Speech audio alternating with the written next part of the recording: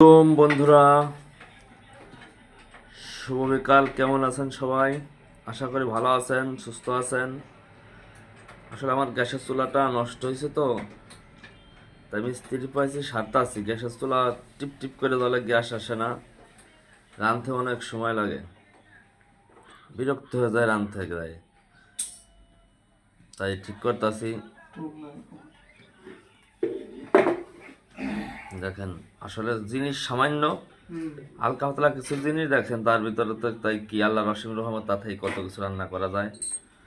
দেখছে না, হলুদের সাথে বেশি কিছু নাই, পার্স পাতি হালকা পাতলা।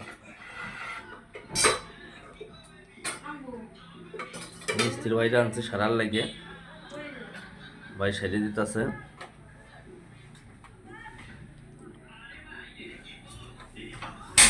কোন দুটা নষ্ট হয়েছে দেখি ভাই, বলছেন ওটা দেন তো। এটা কি বলে?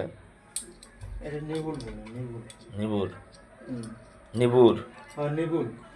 এই যে দেখেন, দুটা জিনিস নষ্ট হয়েছে। নিবুন, এর একটা জিনিসের দাম 70 টাকা করে। এর জন্যেই গ্যাস আসে, চুলায় আগুন জ্বলে। নিভুন বলে এটাকে। কি জিনিস দেখছেন, আল্লাহর কি রহমত, কি দেখি হয় দুনিয়ায়, কি নিয়ামত সৃষ্টি করে দিয়েছে। এসব জিনিস সংসারের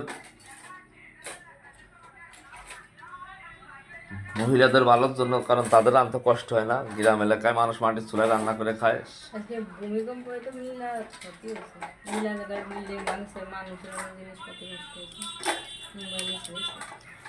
আজকে সকালে হয়তো সবাই জানেন যে সকালে আপনার ভূমিকম্প হয়েছে।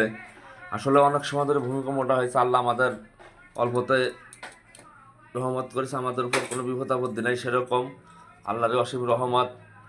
যে ভূমিকম্পটা আজকে হয়েছে, আসলে মারাত্মক। কিছু কিছু জায়গায় একটু ক্ষতি হয়ে গেছে। সবাই আল্লাহর কাছে মাপ চাই এবং সবাই ভালো কিছু করি। আল্লাহ আমাদের হৃদায়ত দান করুক। আল্লাহই রক্ষা করার মালিক। আল্লাহ রব্বুল আলামিন আমাদের সব করতে পারে, বাঁচাইতে পারে, তাছাড়া কেউই নাই। এই জন্য দেখেন, এই যে চুলোটাই নষ্ট হয়ে গেছে আজকে আমার। চুলোটা আসলে মোটামুটি ভালোই ছিল, কিন্তু আজকে সকালের ওই ঘটনার পরে, ভূমিকম্পের পরে ঝাই লেগে পড়ে গেছিলো। পড়ে যাওয়ার পরে একটু বেশি করে নষ্ট হয়ে গেছে। আসলে সবাই দোয়া করবেন, সবাই যাতে সবাই সব জায়গায় ভালো থাকুক। রক্ষা করার মালিক কি উপরওয়ালা? কেউ নাই। রক্ষা করার মালিক উপরওয়ালাই। কারণ সে যদি চায় রক্ষা করতে পারবে, সে যদি চায় ধ্বংস করে দিতে পারবে। যাই হোক, সবাই সবাই দোয়া করবেন, ভালো থাকবেন, সুস্থ থাকবেন।